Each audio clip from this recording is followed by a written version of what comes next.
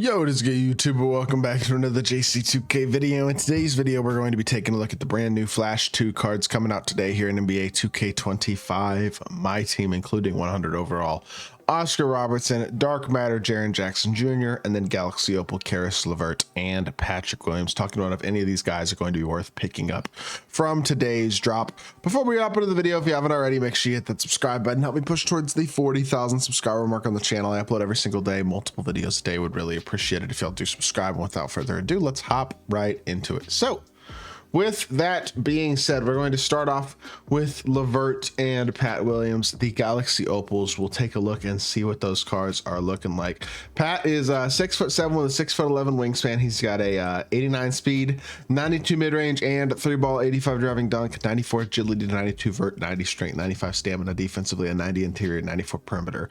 Decent steal and block. I mean, he's got a bunch of good defensive hoffs, although no hoff on ball menace, but pretty much everything else defensively. Although as a small forward, you really do want hoff on ball menace. He's got Hoff Deadeye, Limitless, Set Shot, Special Shift, Slippery Off Ball, Hoff Posterizer, Hoff Lightning Launch. I mean, he looks solid, all things considered. Wish he had Hoff on ball menace, but besides that, I mean, release them very quick, normal fade, rush dribble style. Problem is, Steph, step back, and then D-Book escape behind the back. I don't like any of those SIGs. So the half court SIGs, besides the dribble style, just aren't very good. Jumper's not very quick, but he's only 6'7" at the small forward position. So he's an undersized small forward who doesn't really shot create very well, in my opinion.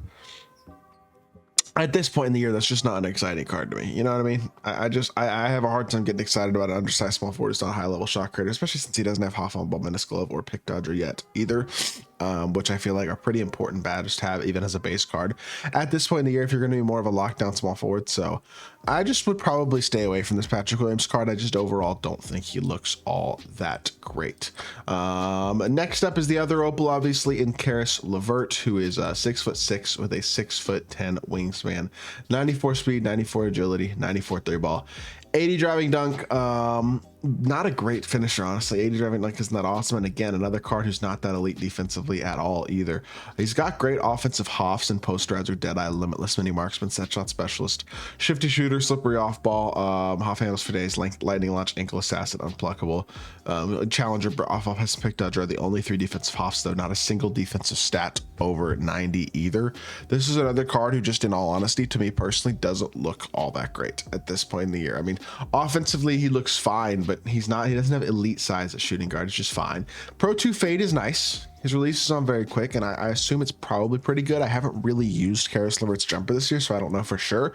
But again, normal dribble style, D-Book escape, Luka behind the back. Like, what are we supposed to be doing with this movement? He's a scorer as a card, but he doesn't have the SIGs to be a scorer.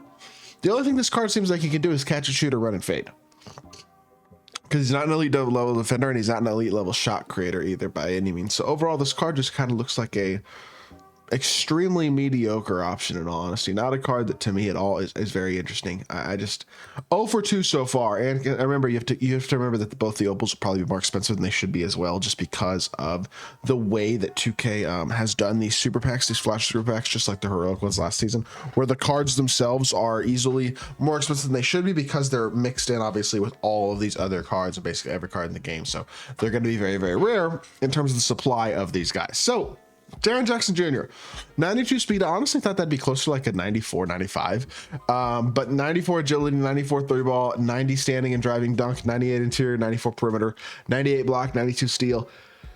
Now this card has great badges, first and foremost, coming with that 92 speed, all the defensive badges in the world except for Off has a Pick Dodger, super duper solid there, Hoff Deadeye, Limitless, and Set Shot Specialist. I mean, the card is definitely looking good so far. There's no doubt about that at all in my mind. I think he looks super duper solid on paper.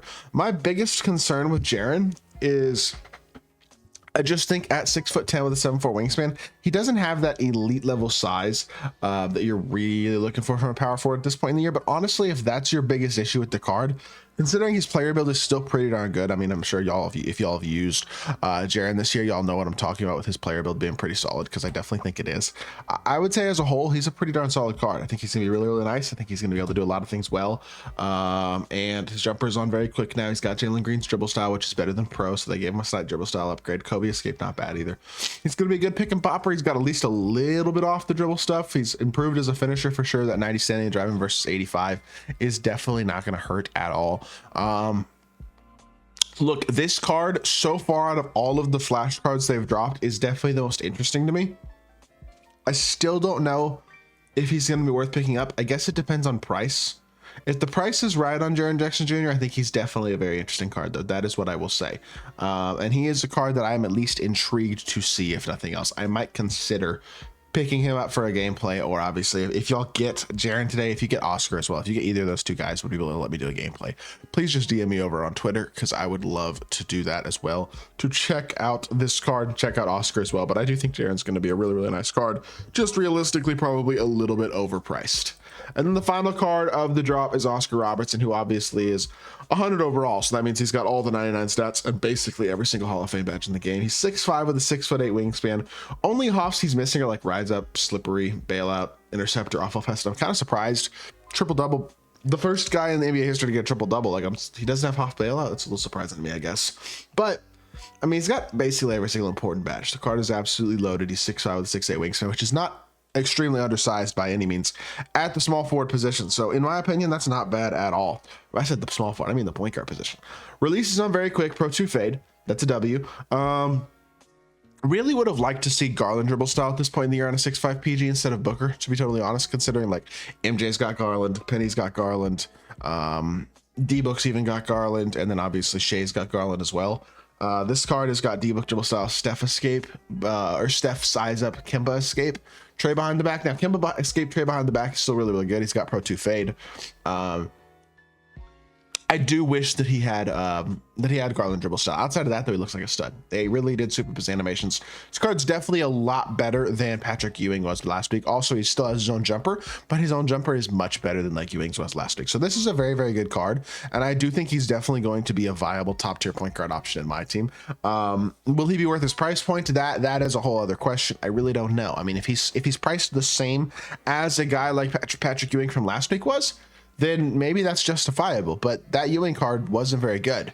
This Oscar card looks really, really solid. So definitely a great card, but again, will likely be more expensive than he's really worth. But if he's close to $1 million MT, which isn't totally out of the realm possibility to me, he could actually wind up being like one of those guys where it's like, if you don't have the MT for MJ/Shea, maybe you go get Oscar Robertson. I mean, he looks pretty dang good. I know the dribble style could be better, but as a whole, the card himself just looks like a stud. So definitely an interesting name and an interesting card to get there. And two really interesting cards today, Oscar Robertson and Jaren Jackson Jr. So again, if y'all get either of those two guys, please let me know if I can do a gameplay. Would love to try to do gameplay with these cards. Definitely more interesting than last week, but still likely to be overpriced because of a lack of supply. And it'll be interesting to see how attainable those cards are. So that being said, that is going to do it for the video. I hope y'all did enjoy. If you did, make sure you hit that like button, leave a comment, and subscribe. I'll be back with more 2K content very, very soon, and I appreciate y'all. Peace.